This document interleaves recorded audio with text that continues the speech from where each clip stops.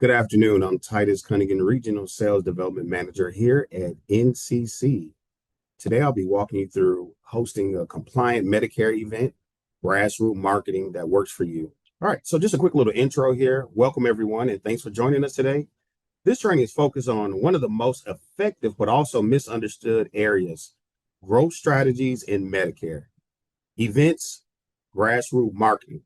Our goal is by the end of the session, you'll understand the difference between Medicare educational events, formal sales events, what CMS expects from you from the compliance standpoint, how to use grassroots marketing events, and also repeatable events that you can do year round in your territory. Next, let's talk about this Medicare. Let's talk about the first type of event, your Medicare educational event. Now, a Medicare educational event is just that, educational. You cannot bring in plan content, nothing to deal with the plan, or has nothing to do with sales at all. The purpose of an educational event is simply education only. At an educational event, you're going to explain things such as Medicare Part A, B, C, D. You generally discuss eligibility, enrollment periods, and how Medicare works. You can talk about the Part B premium. You can talk about deductibles when it comes to prescription drugs. You may also answer general high-level questions. What you can't do is get into no plan specific. So if someone asks a question about Humana or Aetna, you have to defer that or ask them to reach out to you at a different day and time. And your collateral, your marketing, you're not allowed to have marketing pieces with the plan names on it, no pricing, no comparison, no enrollment form, no scope of appointment at that time. You can have business cards out. Let's see what qualifies for that kind of conversation. Now, remember one thing, educational events are to create trust. Sale happens later at a one-on-one. Let's talk about some of the seminar style events. You have your Medicare 101. These are a great opportunity. You can do this all year round. You have your Turning 65. There are companies out there that actually sell leads for that. Diabetes awareness, fitness at home, healthy cooking. You can conduct these or you can attach yourself to already freestanding events that's going on in your community. Now, the tabletop style, these are usually forums or events that you will have a marketing table set up with flyers and so forth. That is just for like fall festivals, senior fairs, YMCA, car shows. Now, your Medicare formal events. This is where plan-specific discussions are allowed.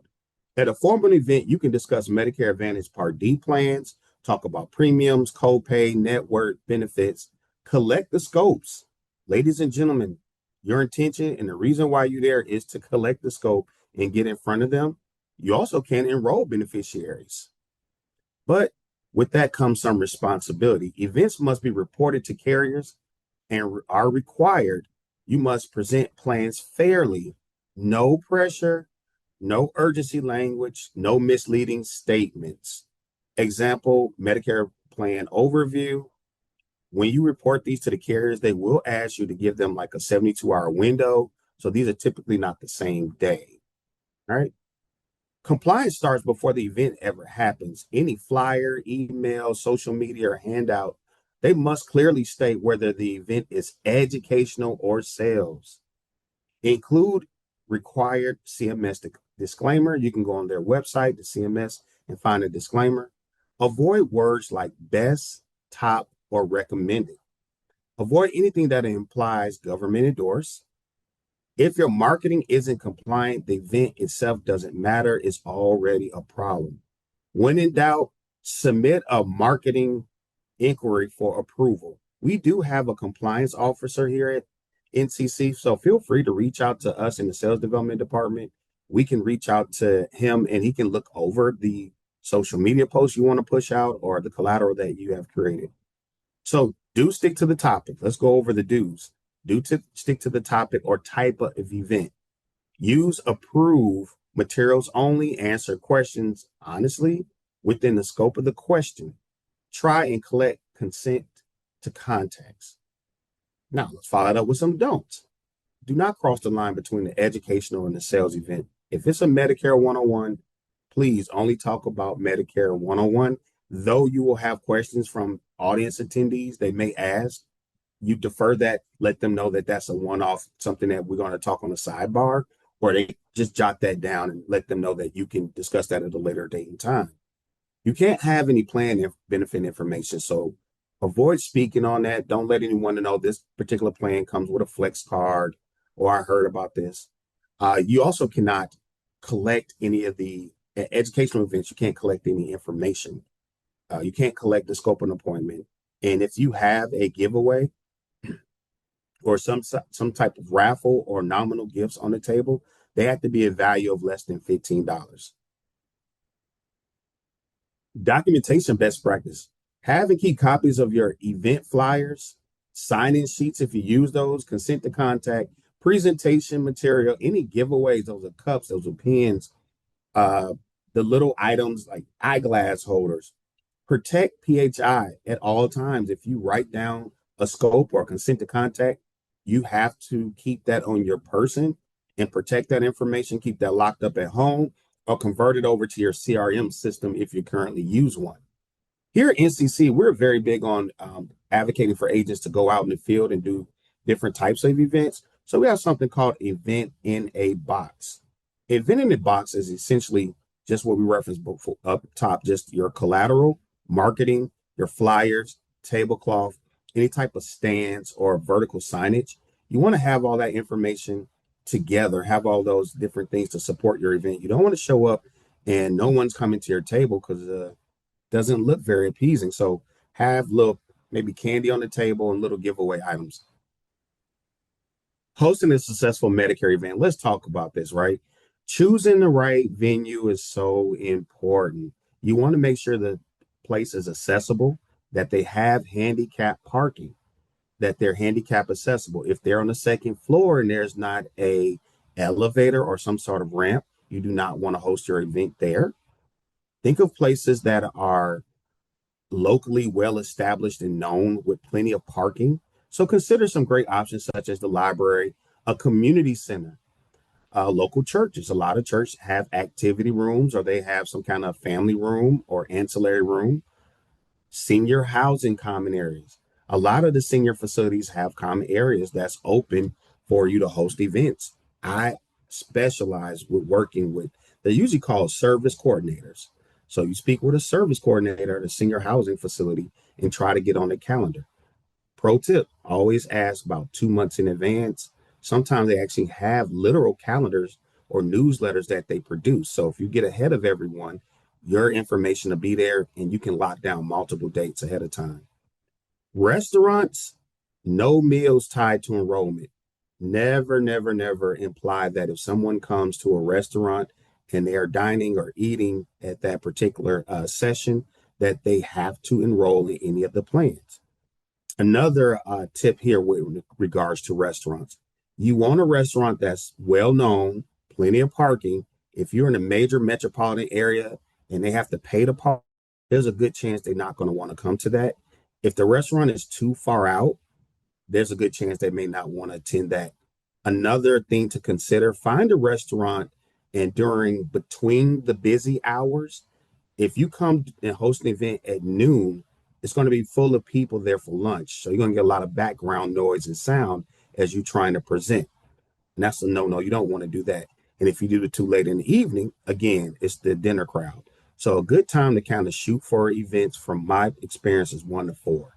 That's when the restaurant is slow. If they have a back area or they have a private room that you can use would be most ideal. All right.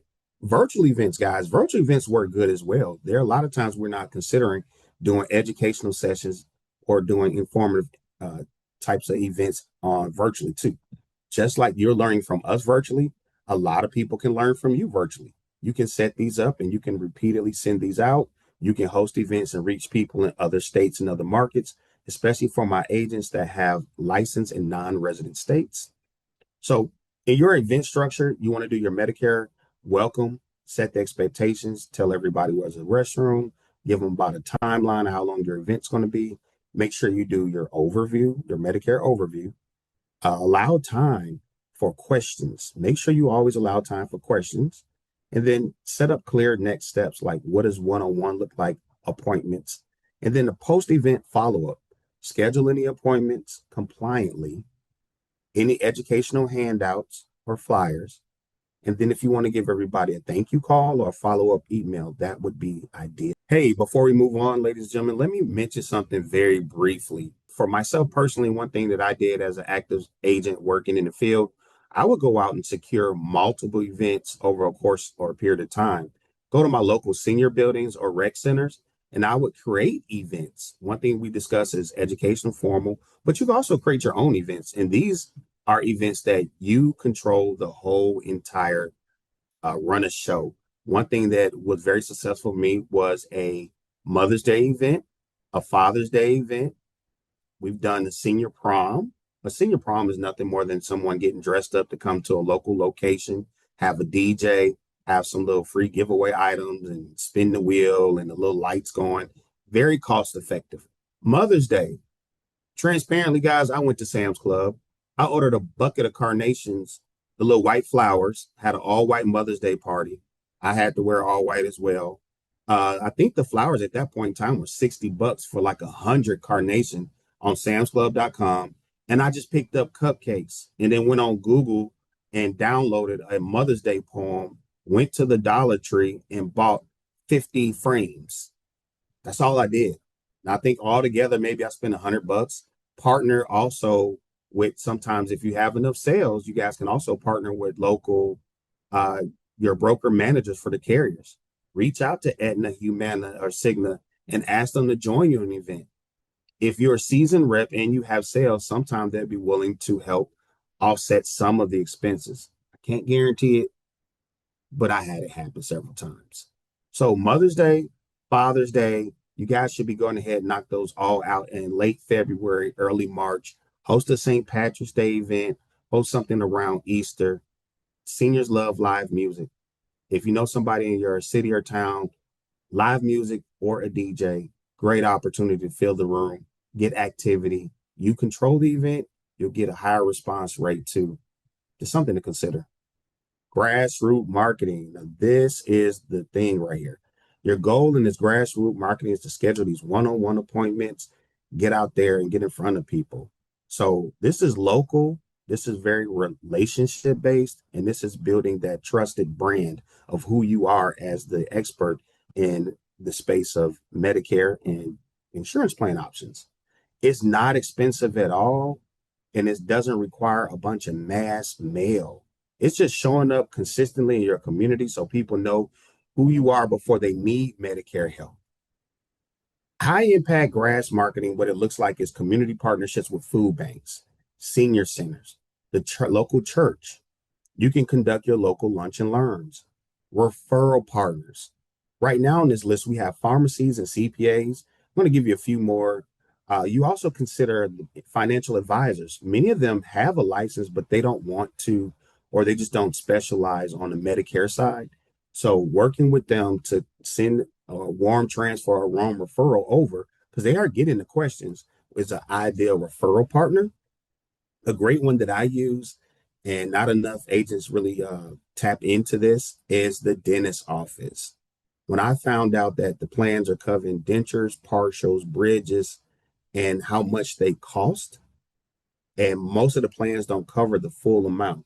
So after the treatment plan is given to the actual patient and they've exhausted the whole amount of coverage for that year, sometimes if you build those trusted relationships, manager, the manager that at the dentist office, he or she can call you and say, hey, look, we have somebody who has the partial done, but they can't come, they got to come back and get some more dental work done.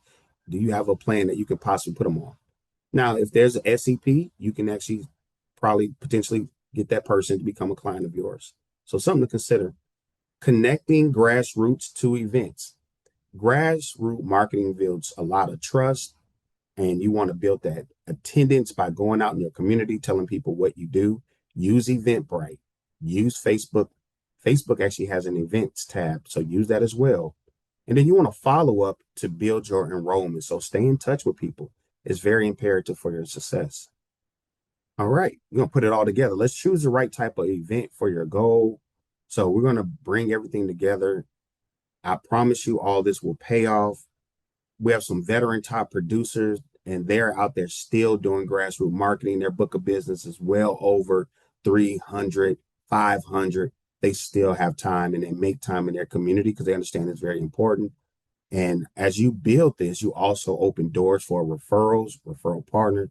It's also about connecting folks and businesses and community together so everybody can grow organically. So choose the right event type for your goal. Stay firmly within the compliance of CMS. Use grassroots marketing to fill your events and build trust. Focus on education first, enrollment second. And then, ladies and gentlemen, let's just do it. You have to just rip off the band-aid, get out there and just do it. So just some key takeaways real quick. Let's just kind of wrapping up here. Always know what type of event you're hosting. Never blur educational and sales. Ladies and gentlemen, let's stay compliant. If you have any questions, feel free to give us a call. We want to protect your business. Grassroots marketing is a long-term asset and investment. This is not a quick win. The first time that someone tells you, no, you can't set up a table or you can't do this, host this event, no means for you as an agent, next opportunity. So you got to get out there and continue to try and go find a base of different places that you can market. Educational build trust. Trust drives enrollments. If you focus on doing things the right way consistently, the results will follow. Just in closing, thank you for your time today. If you have any questions about compliance, event setup, or grassroots strategy, reach out to us. We're here to support at NCC. Again, my name is Titus Cunningham. Thank you so much.